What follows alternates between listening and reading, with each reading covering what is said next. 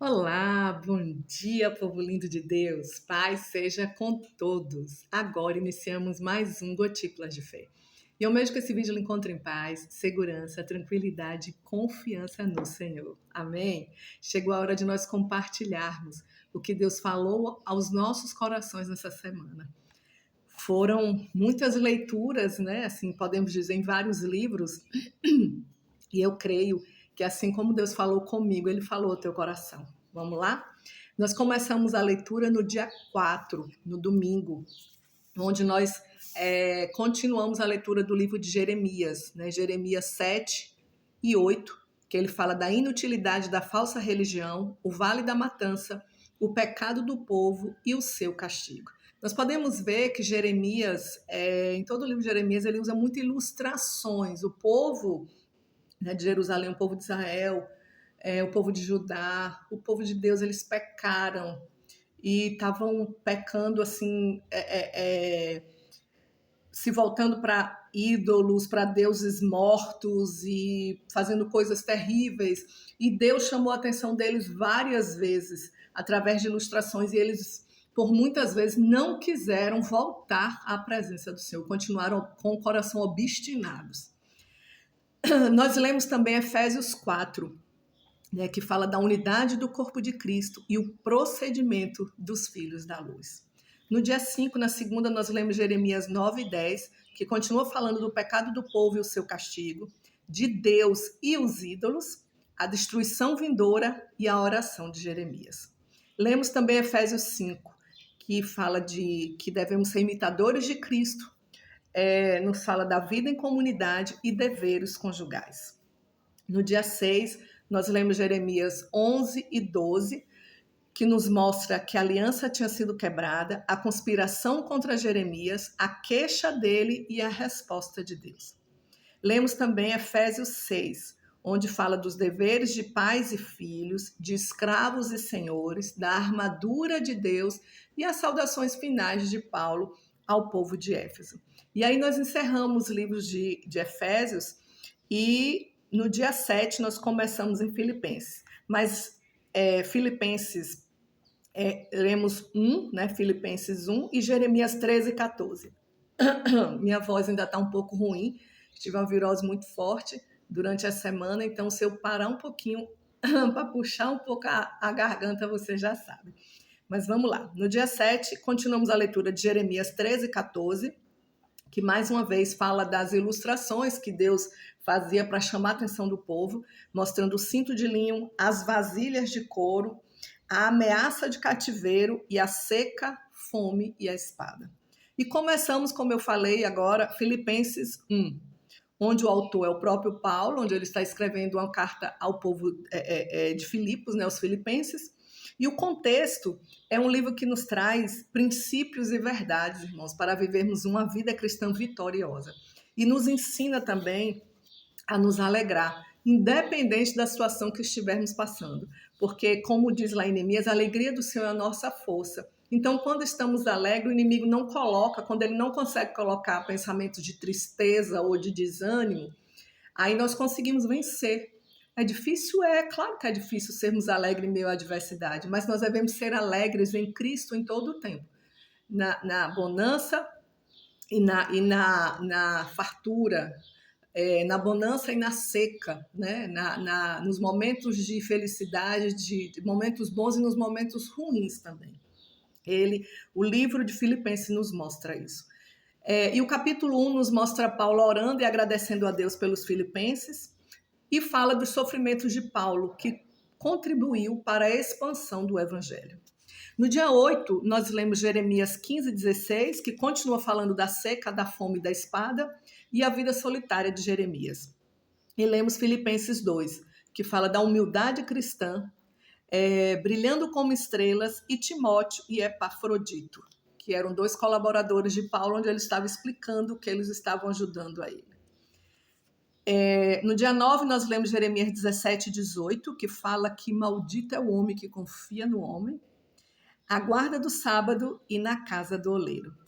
E terminamos a leitura de Filipenses, onde nós lemos Filipenses 3 e 4, onde nos mostra a plena confiança em Cristo que nós devemos ter, prosseguindo para o alvo, exortações, agradecimento pelas ofertas e saudações finais.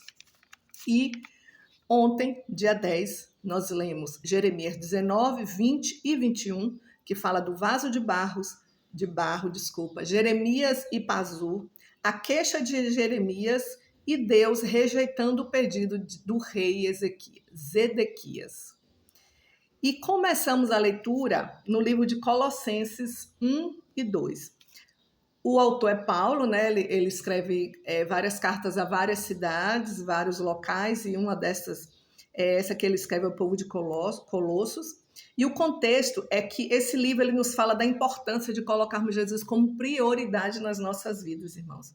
Que devemos fazer as coisas como para Deus e não para outras pessoas. Fala também sobre a superioridade de Cristo e o cristianismo carnal. Na realidade, ele fala muito sobre Jesus Cristo e nos mostra que nós devemos nos espelhar nele também.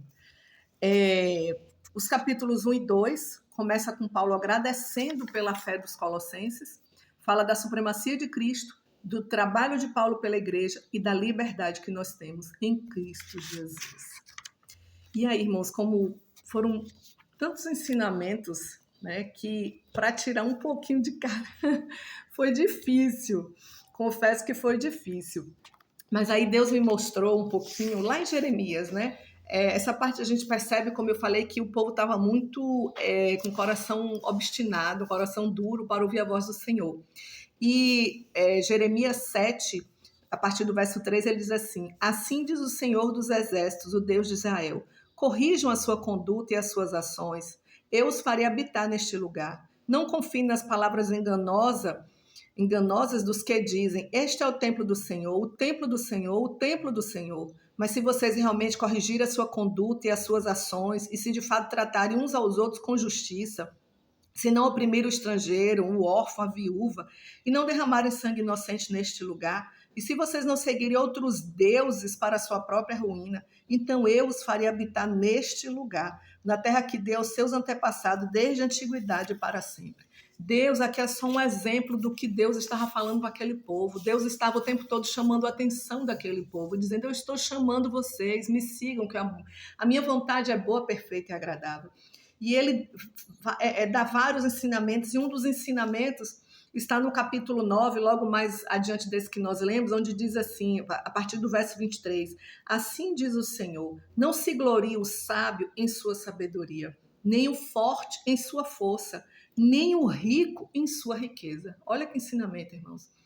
Mas quem se gloriar, glorie-se nisso, em compreender-me e conhecer-me, pois eu sou o Senhor, e ajo com lealdade, com justiça e com retidão sobre a terra, pois é dessas coisas que me agrado, declaro o Senhor. Irmãos, é Deus chamando a atenção do povo e chamando a nossa atenção. Nós não devemos nos gloriar na nossa força, na nossa riqueza, na nossa beleza, sabe, na nossa sabedoria, porque nada disso tem valor diante de Deus. Sabedoria que Ele está falando, não a sabedoria que nós buscamos em Deus, mas assim, sabedoria que eu estou dizendo aqui é porque às vezes muita gente se acha sábio por ter várias graduações, sabe, doutorado, mestrado, isso e aquilo, mas nada disso tem valor se você não for uma pessoa que busca compreender o Senhor, conhecer o Senhor, fazer a vontade dele, agir com lealdade, com justiça e com retidão sobre a terra. É mais um ensinamento, um alerta que Deus deixa para mim e para você. E também, né, eu não poderia deixar de falar, lá em Efésios 4, 29, quando ele diz, nenhuma palavra torpe saia da sua boca, ou melhor, saia da boca de vocês, mas apenas que for útil para edificar os outros, conforme a necessidade, para que conceda graça aos que ouvem. Aqui ele nos ensina, e logo depois no capítulo 5 ele diz que nós devemos ser imitadores de Cristo como filhos amados, e viver em amor como também Cristo nos amou e se entregou por nós. É mais um ensinamento, Deus tem nos ensinado a viver em amor, Ele quer que nós vivamos nele, que nós venhamos a fazer a vontade dele, porque a vontade dele é boa, é perfeita e agradável, como eu já falei. Não há lugar melhor para estar do que estar na presença do Senhor. Ah, pastora, a senhora não quer carro, não quer carro, não quer casa, não quer nada disso. Quero, eu desejo tudo isso para a minha vida, e Deus quer que nós venhamos a ter tudo isso em vida. A palavra do Senhor diz que Ele veio para nos dar vida e vida em abundância. Só que nós não devemos nos gloriar nisso, nessas coisas, e sim no Senhor dos Exércitos. Deus está nos alertando, irmãos, porque quando nós formos embora daqui, tudo isso vai ficar, isso aqui é tudo passageiro, nada disso nós vamos levar conosco. O que nós iremos levar é se estivermos fazendo realmente a vontade do Pai, se estivermos em comunhão com o Senhor. Isso sim nós iremos levar. Outra coisa que me chamou a atenção é quando Paulo, lá em Filipenses 4, ele diz que ele aprendeu o segredo de viver todo em qualquer situação. Né? Em qualquer situação ele aprendeu a viver bem, com alegria. É difícil, como eu falei, é muito difícil, mas nós devemos tentar, porque quando nós estamos com o pensamento positivo, com alegria, nos fortalecendo no Senhor, a gente consegue passar pela luta dando glória a Deus, como diz uma música, né? Estou passando pela prova dando glória a Deus. Então a gente consegue, e esse nosso processo dessa prova ainda traz esperança, traz paciência,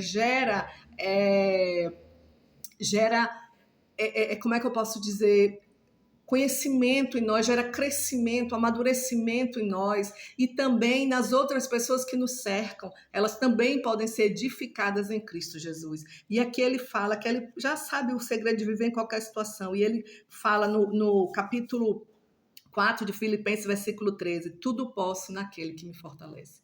Irmãos, quando nós estamos em Cristo, nós podemos dizer, tudo posso naquele que me fortalece. Não para fazer a minha vontade, mas para que a vontade do Senhor se cumpra, porque Ele nos fortalece. Amém, irmãos? E agora pegue lápis, papel, caneta e vamos anotar o que nós iremos ler a partir de hoje. Essa semana também vai ser uma leitura bem dinâmica, com vários livros, onde eu creio que Deus irá falar muito mais aos nossos corações. Então, começando de hoje, domingo, dia 11, nós iremos ler Jeremias 22 e 23 e vamos terminar a leitura do livro de Colossenses 3 e 4. Amanhã, segunda, Jeremias 24 e 25, e iremos iniciar o livro de 1 Tessalonicenses 1 e 2. Na terça, Jeremias 26 e 27 e 1 Tessalonicenses 3 e 4. Na quarta, Jeremias 28 e 29, 1 Tessalonicenses 5. E aí nós encerramos Tessalonicenses. Na quinta, continuamos com Jeremias 30 e 31 e lemos 2 Tessalonicenses 1, 2 e 3, encerrando também o livro de Tessalonicenses. E aí na sexta-feira nós iremos continuar com a leitura de Jeremias 32 e 33 e começar com a leitura de 1 Timóteo 1 e 2. E no sábado, Jeremias 34 e 35 e 1 Timóteo 3 e 4. Muito rico. Eu creio que, sabe, é só vitória, é só vitória. Amém? Eu quero orar por você nesta hora. Se você puder, feche seus olhos, se não puder, leve seu pensamento ao trono da graça do Pai e vamos falar com o nosso Deus. Senhor, meu Deus, amado, grandioso, eterno, maravilhoso, Pai, nós entramos mais uma vez na Tua presença para te agradecer pelo Teu cuidado com cada um de nós, porque o Senhor é a nossa força, o Senhor é conosco, é benézio, até aqui o Senhor tem nos sustentado, nos ajudado, nos fortalecido, e te pedimos que o Senhor continue assim, Pai, nos ensinando, nos exortando, nos chamando a atenção para que cada vez mais nós possamos estar no centro da Tua vontade. Continua conosco, eu te peço, Senhor Jesus, nos concedendo um dia abençoado, uma semana de vitória, de aprendizado e de crescimento na Tua presença, em nome de Jesus. Amém.